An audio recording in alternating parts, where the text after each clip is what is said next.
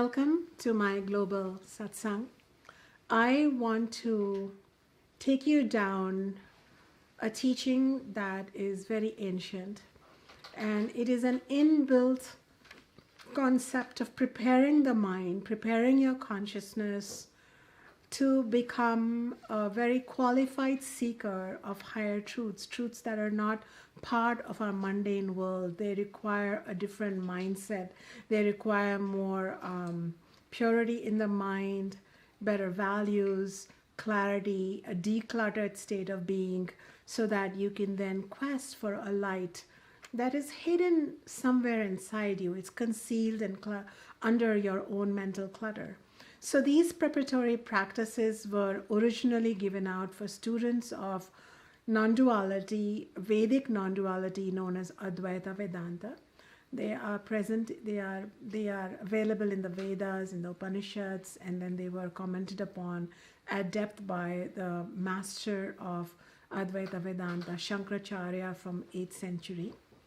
However, I believe that these practices can be utilized by seekers of every path, because they are universal teachings and you can use them to go deep into whichever path has appealed to you, be it, the path of the Sikh teachers, Mahavira in Jainism, the Buddha, Zen, or you want to be a better Jew. It doesn't matter. There is deep spiritual mystical teachings in a lot of traditions. How to not spiritually bypass, how to not be caught up by spiritual hacks. Well, sadhana chatushtaya. This is the preparatory Vedic fourfold path, and I'm going to take you through a brief PowerPoint that we created so that you can see some of the terminology. Because it's in Sanskrit, we thought it's better if you see those concepts here. We are now going to embark on an exploration of a preparatory Vedic fourfold path known as sadhana chatushtayam. So don't worry about this map. It's right there so that when you come back and re-watch this video, you have it. But I'm going to just go forward. But basically, it's 4 parts to this process, the self-check process. And the third path is broken up into 6 more steps. So in total, you can say there are 9 steps. And I'm going to go through it one by one, and you will become really excited that how there is already a consideration by the compassionate seers of the Vedas to ensure that our mind does not lead us down alleys we don't want to go and really keep us on our path. So the first practice that we are all asked to assiduously embody in our life, like it's an adjective, like how we say to ourselves, well, I am a tough cookie, or I don't want to be taken for granted. How about you adopt this new practice called, well, I believe in discernment before acting, before talking, before choosing, before signing up for workshops, before taking on a guru, before leaving a guru. I believe in discernment, spiritual discernment. What does it mean? In day-to-day life, continue practicing between what is permanent and what is transient. Ultimately, spirit is about something that's permanent, something that is immortal. That is what spirituality is about, right? So is your spiritual path taking you towards transient things, transient pleasures, or is it introducing you to something permanent? For example, your inner bliss is permanent. It will stay there even at the time where there might be outer things that are being burnt down or taken away from you, or there is death or depravity. So always have this tendency to evaluate something that's permanent or transient. In the same way, when you find a teacher, is that teacher somebody who is going to be there with you, or is that teacher kind of just passing through your town? Something as simple as permanent versus transient. Do I have a way of reaching this teacher? Does this teacher have some sense of an ongoing continuity? Or does the teacher just show up and teach a thing here, there? So in mundane ways, you can look at permanence and transience, and in deeper ways, you can look at permanence and transience. Reality and appearance. Is this a reality? What I'm believing, that the person sitting in front of me doesn't like me because they didn't smile back the way I smiled at them with 1,000 volts, and they responded with a 50-volt smile, so they don't like me. Is that a reality, or is that an appearance that appears to my mind that they don't like me, but probably they are in their mind caught up with something, and so they didn't give me back that smile. But we are constantly taking every idea, every thought in our mind as the ultimate gospel. But we have to constantly look at that. In my own mind, when things would come up, such as like, well, so-and-so person said this to hurt me, I have to then look at, is it the reality? Like, are they still hurting me? Have they moved beyond where they were? Have they gone ahead in their own understanding? Were they even knowing they could hurt me, or were they hurting themselves so much that they hurt me and they hurt everybody? Is this a reality that they are terrible people, stone throwers that I need to move away from? Or were they just broken people who don't know how to talk, love, and express their needs? Then I'm able to come back to that person and be in the now. Because otherwise, if I just believed in an appearance, then the appearance is that I'm the victim, they're an aggressor. And it's permanent and eternal. So we have to constantly discern and act. That helped me. That helped me move forward in certain relationships. And then there were certain relationships where I had to say, enough. We're done. Because it was very clear that their niceness was an appearance. Their being very disciples was being an appearance. Their being very flattering students was an appearance. In reality, they were just people who wanted to be feed off of me. Do you see? If we don't discern, we're just going to get caught up, and our bliss would be cluttered in all our projections. Finally, dharma and adharma. Dharma is the word for being ethical. And when you're ethical, it's not just for you. You can't just say, well, I have dharma for me. Your dharma should not hurt anyone. And adharma means where you may gratify yourself, you're selfish, you're self-absorbed, but somewhere somebody suffers because of you. If you are a spiritual student, you will discern, and by this discernment, you will know if your guru is a reality or is it an appearance. You'll know. You have to be willing to discern. You can't just say, oh, that person has 1 million followers, so they must be right. You have to use your own discernment. Similarly, you might walk into a prison and you might come across somebody who has committed 7 murders. And that person has been put in a very remote prison. But when you look into their eyes, you might see that they have become pure. Then you have to love them. You just can't go. Spiritual seekers don't just go by what others tell you. You have to discern. This is how I discern. Does that help you? This is a very short teaching. But give yourself the permission to now act and judge based on discernment. Sometimes it might slow you down, especially in the beginning. I say openly things like, well, I'll think about it. I'm not there yet. I don't know. Let me evaluate. Let me ask for inner guidance. Then I discern and I discern and I rediscern if I have new information. And just because you're enlightened, you don't stop discerning. Or just because you are now a teacher, you don't stop discerning. Discerning is a way of life of the conscious person. Whether you are a teacher, a senior student, or a beginner, doesn't matter. It's our way of life. We use our inner reasoning, analyzing faculty. We don't just go by our first impressions.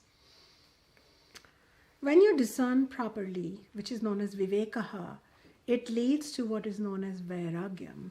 which is cultivated non-attachment. What does it mean?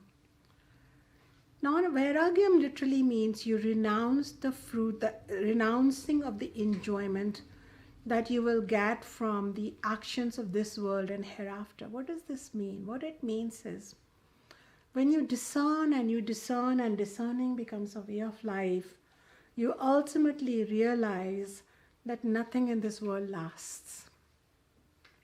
This is what you discern. You realize that impermanence is outside you. Even your body is impermanent. Your thoughts, your mind is impermanent. But the awareness within you, the witness within you is the only permanent entity. When you realize that, you tend to be a little non-attached. Doesn't mean cold. Doesn't mean indifferent. You're just not grasping for the life of you to the world, its things and its people and its opportunities and its experiences and its promises. No. You're a bit like, may I use the word cool? You're like a little cool going through life. You're a little fine, So you therefore will move away because you've discerned. You will be non-attached from things that are no longer worthy of attachment. And at the end of it, you'll be a little non-attached because it's this attachment in the world that makes us then seek bliss in it, attract more things in it. We just stay in a worldly container. You become a little non-attached. You have not found yourself yet, but you're a little judiciously separate. There's a little breathing room between you and the people of this world, your ambitions, your ideas. Are you understanding? Okay, that makes sense. So then life's slings and bows will not hit you that hard. This is known as Vairagyam. Because of Vairagyam, I wear loose clothes of being an Acharya, loose clothes of being a wife, loose clothes of being a mom. What does loose clothes mean? Loose clothes means I can slip into different clothes. I'm not stuck in clothes. I'm not, the zipper is not hurting me. It's fine because ultimately I'm a spirit. I'm a witness of all these roles. That is what Vairagyam will take you. So when teachers demand absolute loyalty, absolute faith, you give loyalty, but non-attachment should be a way of life. What if the teacher dies? Some people go into trauma because their teacher died. Hey, the spiritual teacher should have told you by now that don't cry for the body. Do you see what I mean? So, hang loose, okay? I love slang. Okay, now the third part. It is called, it has many words among them. It's called Shad Sampat. Shad means 6 and Sampata means treasures. So there are 6 inner treasures or embodying 6 behaviors that you learn from a teacher. This is an image of myself talking to some students. So the first inner treasure that you want, it's an inner behavior that you cultivate. Nobody will tell you to cultivate it. They will tell you, cultivate a sharp mind, cultivate a assiduous mind, cultivate a manifesting mind, cultivate an attracting mind, cultivate an abundant mind. But the ancient teachers say cultivate a tranquil mind, an equanimous mind. So this doesn't come from repression. It doesn't come from repression of your thoughts or emotions or memories, but it comes from this knowledge that you, who is the witness of the mind, has some power over it. You are the spirit, the mind is your equipment, you're not the mind, and you can kind of observe it, give credence to some thoughts, let the other thoughts come under, they are not real, unreal, past, while I'm in the present, that happened in the past. This is a memory, this is a reality. So you have to be like a housekeeper. And sometimes when you are doing Shama, you might require a therapist even. Especially in Kali Yuga, where family system has broken down and we grow up with too many traumas. Children grow up with abandonment, trauma. Parents themselves are finding their bliss somewhere else. So the child, gets pushed away. So it's a very outward energy of everybody, not an inward. So children get neglected. So sometimes it might take a whole lifetime doing shama, but it's like you need that. You want to cultivate a tranquil mind. And a tranquil mind doesn't go by screaming at everybody else, leave me alone, give me my space, go away. And all the homosexual people go away, all the immigrants go away, all the people of color go away, all the people who look poor and make me feel guilty go away, all the people of a different sex that I don't like go away. No. You don't change anything in the world. You change your attitudes. You change your perceptions. This takes time, and this requires an exposure to a teacher who can give you ongoing ability to cultivate tranquility. This includes maybe meditating. This includes maybe, spending time in nature. It means really cultivating a beautiful inner mind that's not exploding every minute. Maybe not externally, but internally, feeling irritable, if you're feeling victim all the time, if you feel like you want to tell everybody a thing or two every time, you've lost your tranquility. Why should you have to tell everybody a thing or two? And why should everybody have the power to irritate you? That means you need more shama, more work on your mind, and the spiritual journey invites you. Now, if a spiritual tradition tells you to not question, have no doubts, then clearly it's a fundamentalistic and tradition, and the teacher is not open, and you'll have a very untranquil mind as a result. But you want to cultivate tranquility within. After you have a tranquil mind, it's very scientific. You can't control your senses earlier because the non-tranquil mind keeps running outside for tranquility. But once you have tranquility, you can move on to the next treasure, which is Dhamma, a controlled use of senses. You can go to Las Vegas, you can enjoy all the sex you want, you can have a beautiful wardrobe with collector items. It doesn't matter. You can enjoy the world, its buffet of the 5 elements, except that you should, just like you take your dog for a walk, the dog should not take you for a walk. Otherwise, you don't know where you land up. In the same way, you want to tell your senses where to go. Your senses should not tell you that, oh, by the way, I must eat this, drink this, watch this, smell this, snort this. It should not be like that, because then these senses will pretty much make you captive. Your mind will become turbulent. Forget about a turbulent, a journey to tranquility and to ultimate peace. You'll be busy trying to manifest everything, but nothing's going to really happen. So it's important to know that the control of the senses has nothing to do with suppression of the senses. The Vedas are one of the first traditions that don't impose celibacy or even vegetarianism on anybody. You don't have to prove a point and be holy and freeze off your senses from the world and live in a cave to do anything. You can be in the world, but you have senses that roam in it like master, not a slave of the senses. That's the image that you should carry. Then the third one is known as Uparama or Uparati, which means cultivating. I gave it a new word. It has many meanings: inner stability, inner inwardness. I'm going to call it inner resoluteness now onwards.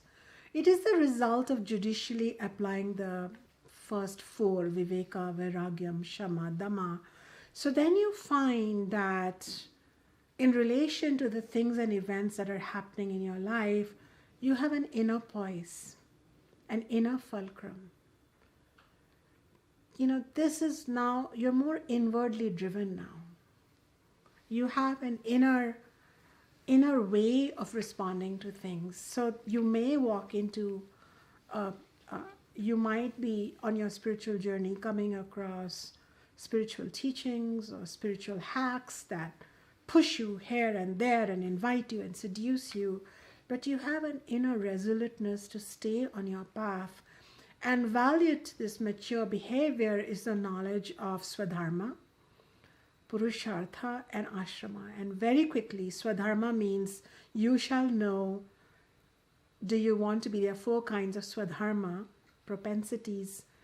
Are you meant to be a wealth-earning entrepreneur? Then you will remain an entrepreneur without any guilt or trying to prove a point or write away all your riches to prove that you're spiritual. You can stay wealthy. You can enjoy some pleasures in life like home, family, gardening, food. That's a pleasure swadharma. The third swadharma is you might be a voice for the underprivileged. You might be an upkeeper of dharma. You might be a leader, a politician. And the fourth swadharma is you might be a seeker of higher truth. Whatever it is, you know who you are and you're comfortable with who you are. You're not apologetic. You don't suddenly walk into some guru's presence who say, take off your engineering clothes, wear these white clothes, wear this mala and sit down. Now your engineering life is over and only you should serve me, serve my ashram, serve God and and up till now your whole life was a waste. No. You must stay true to your swadharma, and within that, at some point, the engineering will turn into, an inner engineering. Your wealth will become a source for helping spiritual and humanitarian work. Your pleasure, you might make beautiful garlands for God. So who you are will grow into a beautiful mystical aspect. You don't have to change. So anytime you're asked to change your vocation, leave your house, check into some place and stay there forever to prove your spiritual point, be careful. Use discernment. The next piece is, so you're peaceful. Now you're inwardly anchored. You know who you are. That really works. I have a student sitting here. He is into marketing. He's a beautiful teller of stories. But because he came into spiritual marketing, he feels he is a consciousness, he's a brander of consciousness. He wants to help spiritual teachers tell their story. And he's using discernment. So he doesn't have to say, oh no, marketing is such a terrible thing. After all, I want liberation and truth. No, in the world, you're a marketing person. Let your spiritual journey make it shine some more. Okay. So these are the swadharma. And knowledge of it gives you inner poise. Nobody tells you what to do with your life. Purushartha means the 4 goals of life, which allows you to have pleasure, kama, including sexual. Artha, which means accumulate money, house, alone, no guilt. Then dharma, you are asked to cultivate some higher virtues. And finally, moksha, you are asked to find a teacher, settle down, go deep, and find out who you really are deep inside. And once you know what your goals are, you don't have to feel guilty because you spend a few hours at work, or you put away some money in the bank, or you go to a buffet and enjoy yourself, or go for a vacation. All of that should be part of your spiritual journey, not like some condemned part of it, which is a very big part of spiritual hacking going on. Like, it's not good, it's less, it's cheap. And I will tell you how it has to happen, and this is what you have to do. That's not the way, at least in the Vedic path. Finally, there is the concept of ashrama. Ashrama means you might be a pure student. Then I'm a student. So I must tune into my teacher's satsang or classroom or whatever. You make it a priority. You might be a householder. That is the second ashrama. So you might say, Shunya ji, for example, my student who's a householder might say, I'm looking after my aging mother or my young child. So I will not tune in live. I'll catch you later. All right, because you have other duties also. Third one is where you become a little bit of a monk, like an introverted monk. So then you might say no to some party, even at your best friend's house. But you won't feel guilty because you will know that I'm withdrawing from the world. I want to spend more time meditating, going over my teacher's writings or studying an Upanishad. Fine. And the fourth ashrama is sannyasa, where nobody tells you what to do. You don't tell it what to do. Your soul is purely living out of you. So I can't even explain it to you. That is the fourth stage. But at this fourth stage, you feel genuine oneness with beings. You feel comfortable, you feel okay, you feel connected with your inner bliss. Do you see that? These knowledge is given. You can't get it with one-line hackers like enlightenment doesn't exist. Okay, enlightenment may not exist, but a life with greater light does exist. And let's try and switch it on, folks. And yes, there is pleasure outside to have. Let's have it guilt-free. But if you're somebody who's going more inwards, would you want to eat stale, terrible food? Would you want to stay drunk at night? You may not want to. You might make different choices. So this gives you uparati. You're more inwardly focused. You stop going to therapists and astrologers and asking, or life coaches and asking them what to do. You're led from within. I have spent hours and hours sharing this, and I hope that on my YouTube channel, I will continue releasing more and more older videos on Swadharma, on Purushartha, and on Ashrama. Let's make that happen if we can. I'm just talking to my team members here. The fourth one is Titiksha. Titiksha means cultivating forbearance. Now, I wish we were telling the world cultivate forbearance instead of saying attract everything going okay in your life. Because everything doesn't go okay in life. The spiritual scientists have studied this planet and they've said it's half day, half dark. There is youth, there is old age. There is birth, there is death. So when good times come, difficult times also come. Get real. This is where you are. Stop burying your head in the sand and fantasizing that you're not here. You're stuck. Your soul is here. It's journeying through this loka called the loka of death, mrityu loka. This is not the fun loka. Do better next time. In this planet, this is it. You gotta cultivate forbearance. That's it. Me too.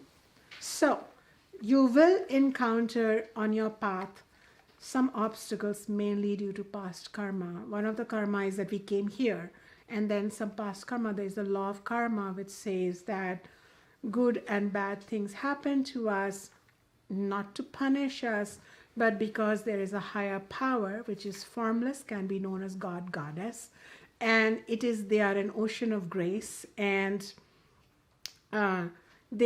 difficulties emerge so that we can understand how to act and not act unconsciously from it. But as I tell my students, milk that difficulty and come into greater consciousness. I just told my student Aruna, who just went through the loss of a loved one, like, milk this sorrow. What does milk mean? It doesn't mean she can smile or laugh when she's suffering from a heartbreak, but she can really say, wow, I'm in it.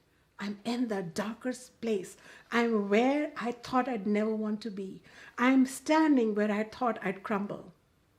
I can actually drive a car when I thought my hands will shake. There is some other thing that's supporting me right here. This is forbearance. And this comes from this telling the human being, you're not just the weak, pathetic thing. You are an invincible soul. You're a boundless being. And whenever obstacles come to you, you actually have 500 times more strength to find more than that obstacle. The thing is, you can't find that strength. You can light the matchstick in a very bright sunlit day and you won't notice it. You notice the lit matchstick only when it's dark. Find your inner matchstick when everything is dark outside you. But if you're not told that, if you're told, here, chant the mantra, it might help, as it helped my student Kamla. But you have to know that this mantra is not giving you power from outside alone. There is a direct connection between you and your higher power, which is God. Yet you are awakening your own powers. Does that make sense? So therefore, forbearance is something you want to cultivate. Titiksha, because ups and downs, hot and cold, dark and light. You see, health and ill health, this will come your way. And if you don't cultivate forbearance, then you will fall off your spiritual path, or you will buy into expensive things to fix you. I remember this one person, and she bought a $50,000 something metallic called a yantra, a Sri Lakshmi yantra, to fix her. And the Pandit from India cheated her and gave it to her for $50,000. And then she was my Ayurveda student. And on my students' graduation, I thought I'll give them these $4 yantras. I'd actually bought them for $4 each in India, which is a lot of money in rupees, by the way, so I'm not cheap. I've splurged on them. But it only came down to $4. And on their graduations, I gave them the same mantra. That girl started crying. I said, why are you crying? She said, I purchased this exact yantra, which I'm carrying in my wallet to help me, for $50,000. We turned it around. It was even made in the same place, Varanasi, from the same, place. And I said, and by the way, since you've been carrying this yantra, did anything change? She said, well, I did find you. I said, oh, well, I'm a $50,000 teacher. I wish you'd donated to my organization. So when did she buy this? She bought this when she had a breakup from, a couple of relationship, not couple, maybe one or two, something happened. Some scare of cancer happened. And so somebody told her about this, teaching and this puja, and the person really did it. He came over on a business class ticket from India. He stayed at their house for 3 days, ate cereal in the morning, and then pujas all night to make it look really important. And then he gave them the $4 yantra. So fix it. This is called a spiritual hack. Instead, she could have said, this too shall pass. If difficulties have come my way, I am being asked to discover my infinite ability to meet them. Shraddha means cultivating trust in two things. One is the teacher, and the other is the actual source of the knowledge known as Shastra or scripture. Then who's a teacher? Because this is a big thing, Well, don't cultivate trust in any teacher who asks you for blind trust on day one. All Vedic teachers only ask for functional trust. Don't be obnoxious in their face, but try and be discerning. Watch them. Examine them. Check it out if they have some past students who've had terrible experiences. What's going on? Is there stuff about them on the website? Look it up. Look me up. Then, gradually, let them win your trust. Okay. And who is the teacher in our tradition? And so then you might have some qualifications in every tradition. In Buddhism, for example, in Buddhism, there is a whole teaching on who's a teacher. So in our tradition, in the Vedic tradition, a teacher always has a teacher. They always have a lineage. They don't have breakaway. They don't break away from their lineages, because that just means they had their ego come in. They are not self-declared either. There is a whole knowledge that has to be passed on, so they need a human teacher. They can't just say, this rock is my teacher, this river is my teacher. They are very inspiring, the rock and the river. But a teacher has to talk in your language. If I'm a dog, I need a dog teacher. If I'm a cat, I need a cat teacher. I'm a human body, I need a human teacher. This knowledge has to be conveyed. So they have a teacher. And they have knowledge. They are Shrotriya. They can convey the knowledge. Like these 9 steps, you have to be able to convey it. Take out doubts. Be very clear. And this all comes not from them, but from their ultimate teacher, which is the scripture. So there are 2 requirements for our teacher. They have to be not only Brahmanishta, which means not only do they have to be more inwardly sourcing their bliss, their freedom, their joy. That is called Brahmanishta. They are awakened to a large extent, because there is no quality to who's awakened, who's not, but they are more inwards, and you should watch out for them. Are they doing that? Are they finding their capacity to reinvent themselves, to be poised in dark times? Or are they falling apart? Are they having little sexual scandals on the side? What's going on here? Are they just having a sexual scandal and then saying, oh, sorry, we had an oops moment, sorry. It doesn't work like that. So they are really comfortable, Brahmanishta, and it's not enough them to be in a meditative trance or even silent in our tradition. They have to be able to speak to you, teach to you, convey to you the map. Say we went on this step, you can too. And that is known as Shrotriya. So we need both these things, and we only trust such a teacher. In your tradition, go back, look, research. What are the requirements for a teacher? Not everybody who studies Buddhism for 6 months in Tibet can become a Buddhist teacher in Buddhism. I know this. To be a teacher in Buddhism, you have to go through years of training through the Sangha. and really take on the vows, including of celibacy. You can't be somebody who's having, oops moments as a Rinpoche. You can't. So, who is a teacher? Trust only that. And number two, ultimately the teacher should not convey their heart to you. I have Aparna sitting next to me. I don't, honestly, if we are not talking about Vedanta, Ayurveda, yoga, I don't know if I have anything to talk to her about. They are not gossiping friends. Teachers are conveying a system, a knowledge. And catch it while the teacher is alive and your faculties are alive to have the transmission. Because aging is happening, in this loka. It's not very fun loka. Time is short. The final one is samadhana, or samadhanam, which means cultivating a focused mind. I really like this photo. This person is holding one heart here and one pushing away. It's like you don't want, now you know what you don't want, you know what you want. Does that make sense? It's like, I don't need this. I don't need this knowledge. I don't need this information. Oh yeah, this book is a bestseller, but I don't need this.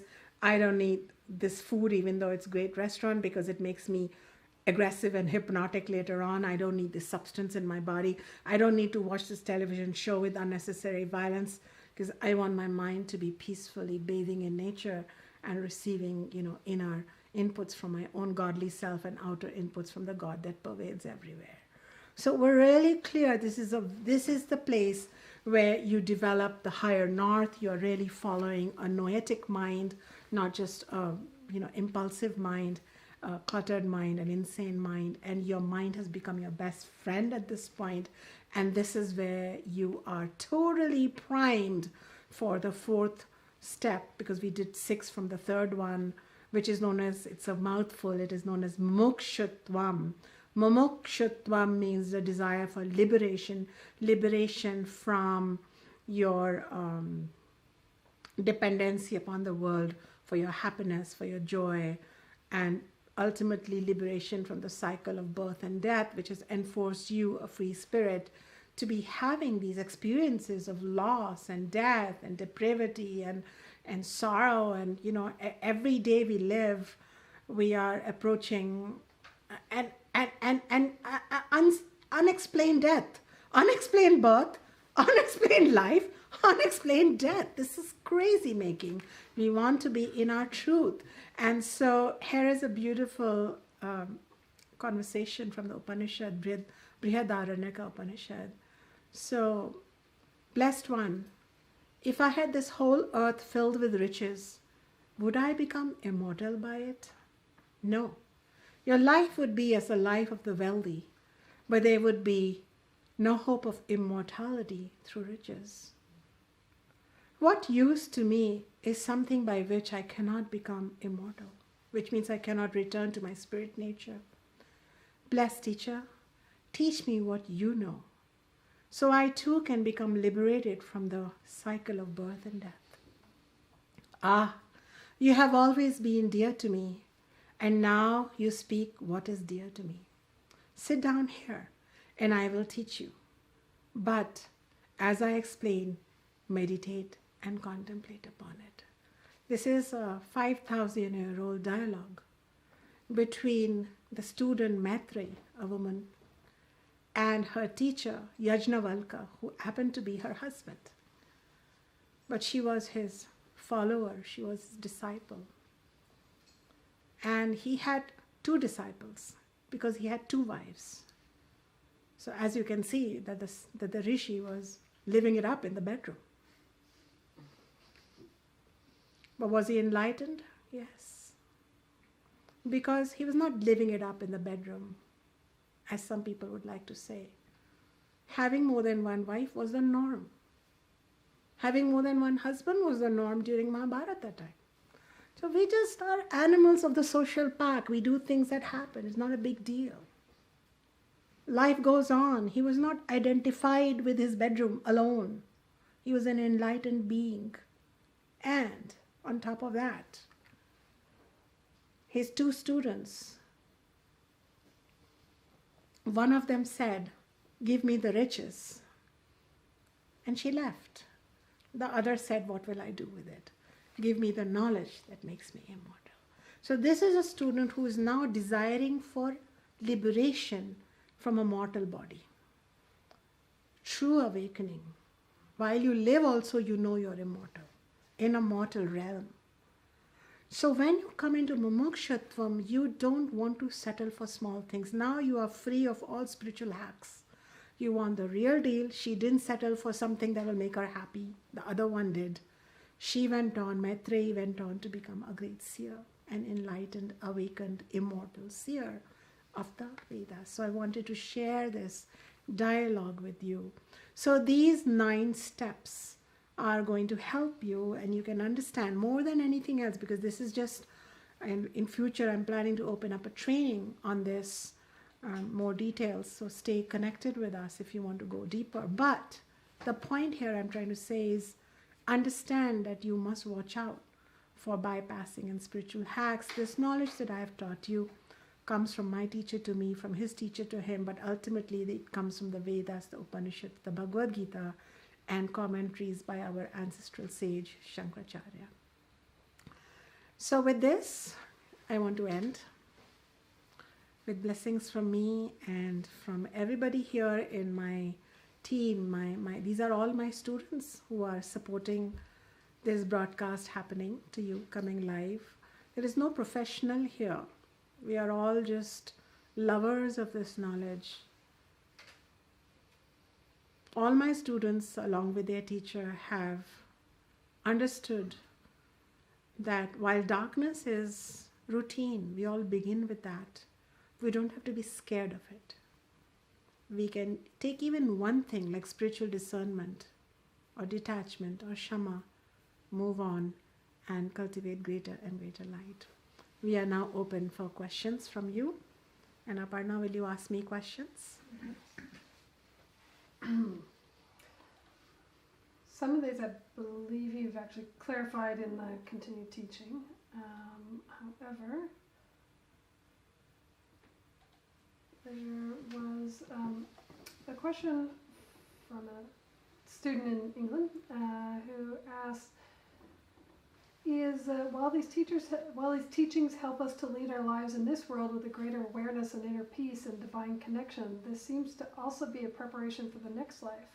By making progress within these teachings and following this path sincerely, is this a way to find a permanent blissful planet, blissful state of being, or formless blissful state? Or is it preparation to have freedom from all states of being?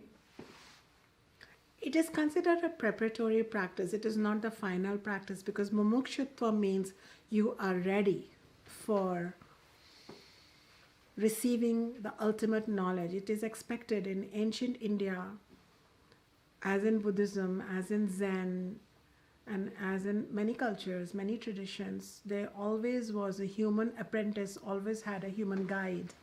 You are now ready to learn. And in our tradition, in the Advaita Vedanta tradition, when you are brimming with mumukshutvam, when you are like Maitreyi, not wanting to run after riches, but wanting to truly connect with an immortal, undying, boundless, amazing, omnipotent essence within you, and you are ready and you're no longer distracted. She's a wife. I'm sure she had kids too. She has a husband, but her motivations are clear. Her priority is clear, right? She is not even engaging with her husband as a husband. She's just engaged. She can only see in the husband's body a teacher, right? At that point, the understanding is that the teacher will be chanting from the Upanishads. This is how it goes. And because the real teacher is the Upanishads, and you will hear something, and you have forgotten, and you will remember. So mumukshutvam prepares you for the last barriers to fall away. But it doesn't take you completely home, it takes you to the door.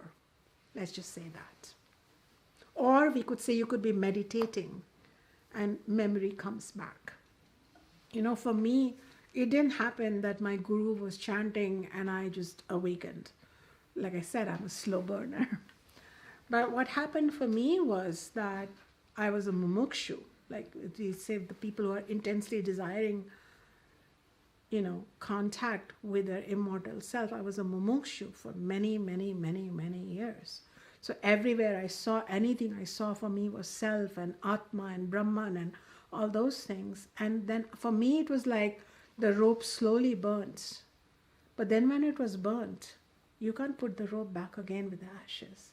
Ashes are there so you can see this is the rope. But it's only ashes when you touch it. For me it was slow. It's okay. No apologies. Next question. That's the only questions I have right now on this. Any other question here? Just speak up. Can you talk about, please, Ananda in terms of the Sanskrit meaning? Because the translation is bliss, as we know in English, is problematic because of the association with bliss. So I'm wondering the original language, if that can help us really appreciate what the depth of this is. Yeah, Nanda means bliss or happiness. Happiness. Ananda means infinite happiness. And it has a connection with Ananta. Ananta means that which is infinite. And so Sat Chit Ananda is also Sat Chit Ananta. When you feel your infinitehood expand, because we get contracted by life circumstances, people, situations, difficulties. And so when we get contracted, we feel our happiness contract too. But there is a infinite, boundless presence within you that I've been talking about in my past satsangs. So go back and revisit them if you're new. But this is known as Atma. Your true nature is Atma, again with the A. Atma. And this Atma is literally defined as that which is boundless. So when you connect with your boundless nature, you find in it boundless happiness. It's not separate. It's like you can't separate wetness from water. You can't separate bliss from, or happiness, infinite happiness from your true nature. And that is why you all, and all of you have seen that you might be feeling terrible or something is bad. And then you go, 30 seconds and you come out. Do you feel better? Yes. Why? Because for 30 seconds you didn't go out. You went in. And who are you going to greet inside? The being who lives there. And this being is Satchitananda. There is no other word for it. It is pure being, Sat. It doesn't die. That's why it's pure being. It's being. It's not something that dies. So body is not pure being. Mind is not pure being. Ego is not pure being. You meet a being. That's why at death, so many people say, I was still there, I could see the body, right? Who's seeing the pure being? The pure being is Sat, which is purely aware. Awareness is interconnected with that being. You can't separate awareness. It doesn't need the mind to be aware. Mind needs that awareness to be aware. Mind borrows awareness from your original awareness. Mind works on an iota of awareness or intelligence from the original intelligence. That is why every scientist who has said Eureka didn't say it from anywhere but when they went inside. Yes or no? Sometimes you're a scientist. You sit down, Pragya, and you can sort out a problem. You go to bed next morning, you know it. How? When you went to sleep, probably you went closer to your pure being. In sleep also you're close, you're not there. In meditation is when you enter. In contemplation meditation you enter. But you're close, so you emerge, you have the answer. So all the intelligence awareness is inside you. All the pure existence that is deathless and immortal is in you. And pure happiness, pleasure, and all the things attached to it, creativity, peace, they are inside you. Now, this is the whole thing. The rishis told us, it's there in you. Then we got, a tried and tested path of yoga. And we have karma yoga. And these are mandatory paths for everybody. Karma yoga, Jnana yoga, the two main paths. And surrounding that is bhakti. And Raj yoga supports you further. Meditation, etc. So yoga literally means it's a pathway to that union. And then we have these 9 steps so that we don't walk in it half yawning, half chasing something else. If you want that inside deal, then you go for it. When you come back with that inside deal, you continue living in the world, but now you know who you are. Right now you guess who you are, but then you know who you are. And the world can no longer spook you. Thank you.